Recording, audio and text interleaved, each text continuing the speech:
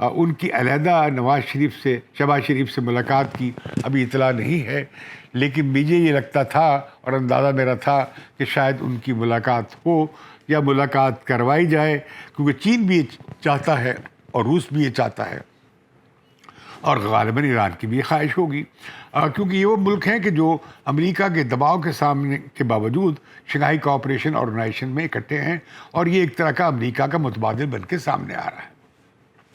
میں آپ کو یہ عرض کر دوں کہ چین اور بھارت میں جو سرحدی تنازعہ تھا وہ حل ہو گیا ہے، کہ جو فوجیں پیچھے ہٹ گئی ہیں، تنازعہ بھی حل نہیں ہوا، ایک آدھ جگہ پہ ہیں وہاں پہ بات چیت جاری ہے، لیکن چین کے درمیان جو حالیہ فوجی تصادم ہوا تھا لداخ کے علاقے میں، اسے ٹھنڈا کر دیا گیا ہے، اور اب تجارت کو اور کاروبار کو فروغ کی طرف توجہ بڑھنے جا رہی ہے۔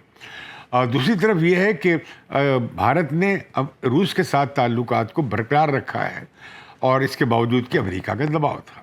تو اب پاکستان کے جو سب سے بڑی بات، جو افسانہ جو اب اڑ گیا یا اس کی ہوا نکل گئی اس بات سے کہ جی عمران خان کو نکالا اس لیے گیا کہ وہ روس کے ساتھ دورہ کیا انہوں نے، اور روس سے وہ تیل اور گندم لینا چاہتے تھے، تو آج شہباز شریف کی ملاقات کے بعد تو پھر عالمی اس منطق کے حساب سے عالمی سازش ہونی چاہیے کہ انہوں نے بڑی جھپیاں ڈالی ہیں اور بڑے ایک دوسرے کو کے لیے تہنیتی کلمات کہے ہیں اور تعاون کا بیڑا اٹھایا ہے، تو پھر تو شہباز شریف کے خلاف عالمی سازش، امریکی سازش ہو جانی چاہیے۔ لیکن یہ ایس سی او ہے، یہ ایک ایسا بڑا پلیٹ فارم ہے جس کے خلاف امریکہ اور مغرب مل کر کچھ نہیں کر سکتے ہیں، مقابلہ اور لڑائی جھگڑا کر سکتے ہیں، مقابلہ سخت بھی ہو سکتا ہے اور ہوگا، لیکن یہ روک نہیں سکتے ہیں۔ اسی طرح ایران، مجھے لگتا ہے کہ نیوکلیئر ڈیل اب شاید ہو جائے، کیونکہ ایران راضی ہو گیا ہے کہ انٹرنیشنل اٹامک انرجی جو ایسوسیشن ہے IEA، اس نے کو معائنہ کرنے کا اجازت دے دی ہے ایران نے، جو ایک بڑی وجہ بن رہی تھی معاہدے کے راستے میں رکاوٹ بن رہی تھی۔ تو لہذا جو 3 یورپی ملکوں نے کوشش کی، اس کا نتیجہ اچھا نکلا ہے اور ایران راضی ہو گیا ہے۔ اب اگر ایران سے بھی بندشیں ہٹ جاتی ہیں تو بڑے امکان بنتے ہیں۔ خود ایران کے صدر نے کہا کہ وہ تیار ہیں، بارٹر پہ کے بیسس پہ تیار ہیں، گیس، تیل، اور یہ کہ ہمارا جو بندرگاہ ہے گوادر کی، اس تک مزید بجلی کی سپلائی، اور یہ جو بارڈر پوسٹ پہ جو ٹریڈز ہونے جا رہی ہیں بارٹر سسٹم کے تحت، وہ بڑا اچھا قدم ہے۔ وہ نہ صرف یہ کہ سرحدی علاقوں کے لوگوں کے لیے بڑا اچھا ہے، بلکہ دونوں ملکوں کے درمیان تجارت کا یہ ایک اچھا کی شروعات ہوگی یا بڑھوتری ہوگی۔ پھر یہ کہ ایران کے ساتھ ہماری گیس پائپ لائن کا معاہدہ ہو چکا تھا، اس کا افتتاح بھی ہو گیا تھا، ہم نے کام شروع کرنا تھا، ہم نے نہیں کیا۔ اسی طرح روس کے ساتھ 2017 میں یہ گیس پائپ لائن کا کراچی سے لاہور تک کا معاہدہ ہو گیا تھا، لیکن ہم پیچھے ہٹ گئے۔ ہم نے کہا کہ 70% بھی تم دو، قرض دو، اور ہم شیئر بھی ہمارا زیادہ ہوگا اور انٹرسٹ ریٹ بھی کم کرو۔ اس طرح کی شرائط ہم نہ کریں۔ شنگھائی کوآپریشن آرگنائزیشن نے اعلامیہ جاری کیا ہے کہ پاکستان کی اس آفت کی گھڑی میں مدد کی جائے، اور تمام اراکین سے اپیل کی ہے، جس میں بھارت بھی شامل ہے، اور اگر بھارت نے کوئی ایسا اعلان کر دیا تو اسے رد نہیں کرنا چاہیے۔ آفات کی حالت میں، تباہی کی حالت میں تو دشمن بھی ایک دوسرے کے ساتھ کھڑے ہو جاتے ہیں۔ بلاول بھٹو نے بہت اچھی بات کی اپنی کسی بیان میں جو میں نے دیکھا ہے۔ انہوں نے کہا ہے کہ سارک کے ممالک مل کر ماحولیاتی تباہی کا مل کر مقابلہ کریں، اور غالباً انہوں نے کہا اس حوالے سے اندیا دیا ہے کہ سارک کا پلیٹ فارم اس کے لیے بحال کرنا بہت ضروری ہوگا۔ تو کیوں نہ اگر ملاقات ہوتی ہے، جو کہ ہونی چاہیے، اس پر گھبرانے کی ضرورت نہیں ہے، کیونکہ مودی نے، آپ کو یاد ہوگا کہ سیلاب زدگان کے بارے میں تعزیت کے لیے جو اموات ہوئی ہیں اور جو تباہی ہوئی ہے، اس پر افسوس کے لیے فون کیا تھا وزیر اعظم شہباز شریف کو، اور بعد ازاں ٹویٹ کر کے شہباز شریف صاحب نے وزیر اعظم بھارت کا شکریہ بھی ادا کیا تھا۔ اور آج اگر ان کی ملاقات ہو جاتی ہے تو اس میں کیوں نہ ہم وہ چیزیں جو ہمارے یہاں کم پڑ گئی ہیں، جیسے ادویات ہیں، جیسے ہمیں کپاس کی ضرورت ہوگی، گندم کی ضرورت ہوگی، ہمیں انٹرمیڈیٹ گڈس جو ہم بہت مہنگی لیتے ہیں مغرب سے، وہ بہت سستی مل سکتی ہیں، اور اس پہ فریٹ یعنی ان کے لانے جانے کا خرچہ بھی نہیں ہوگا, واگا بارڈر پہ بآسانی مل جائیں گی. اس سے ہمارے یہاں جو مہنگائی کا ایک طوفان بپا ہے اس میں کمی آ سکتی ہے, خاص طور پر ضروری اشیاء صرف کے حوالے سے. تو ہم کیوں نہ اس کا آغاز کریں, ہم کیوں پھنس کے رہ گئے ہیں 5 اگست 2019 کے اقدامات بھارت کے جو کہ اچھے نہیں تھے, جو کہ ایک طرح سے غیر قانونی اقدامات تھے, غیر آئینی اقدامات تھے. لیکن ہم دنیا وہاں نہیں رک جانی ہے, حالات وہاں نہیں رک جانے ہیں. پچھلے 3 سالوں سے 2.5 سال سے پاکستان اور بھارت میں کوئی مکالمہ نہیں ہے.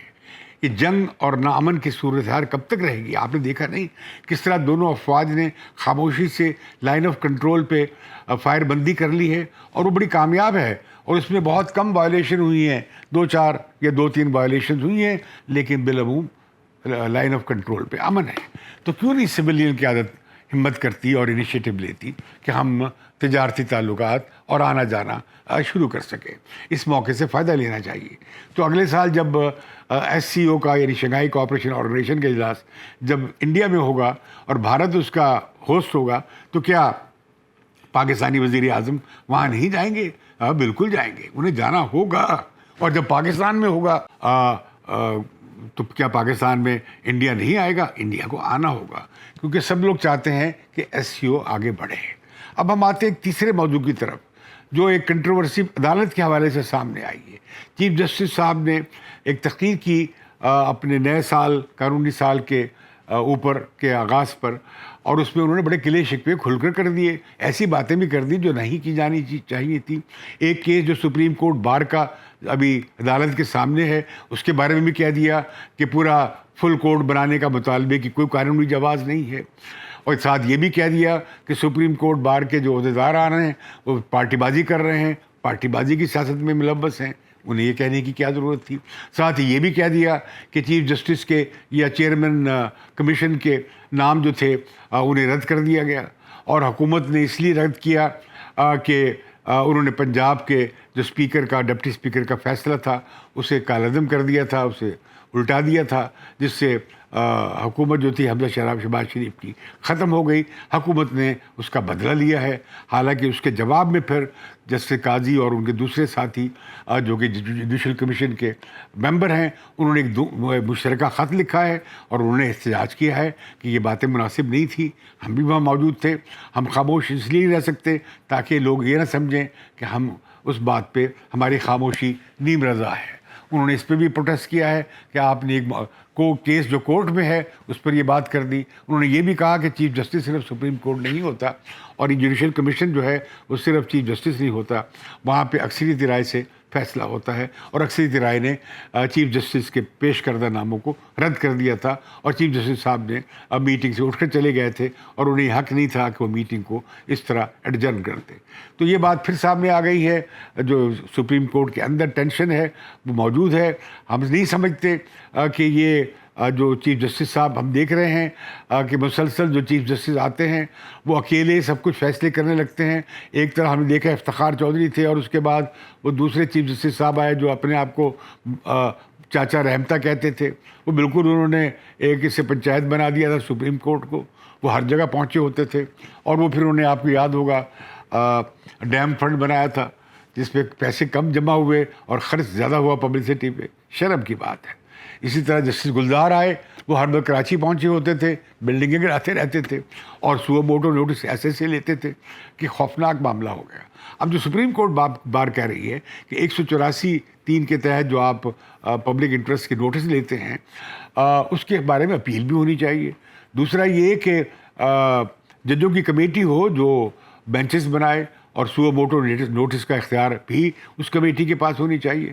اور یہ کہ ججز کے اپائنٹمنٹ میں سینیورٹی کے اصول کو تسلیم کیا جائے اور اس پر عمل کیا جائے. یہ سب بظاہر جائز مطالبات, یہ سب جائز مطالبات ہیں جس پر بار کا موقف رہا ہے تاریخی طور پہ, اور اس سے پاکستان کے تقریباً سارے جورسٹ اتفاق کرتے ہیں. کوئی ہمارا اچھا طریقہ کار نہیں ہے سپریم کورٹ میں یا ہائی کورٹ کے ججز کی سلیکشن کا. یہ ناجائز طور پہ 19ویں ترمیم کرائی گئی تھی دباؤ میں لا کر جسٹس افتخار چودھری نے.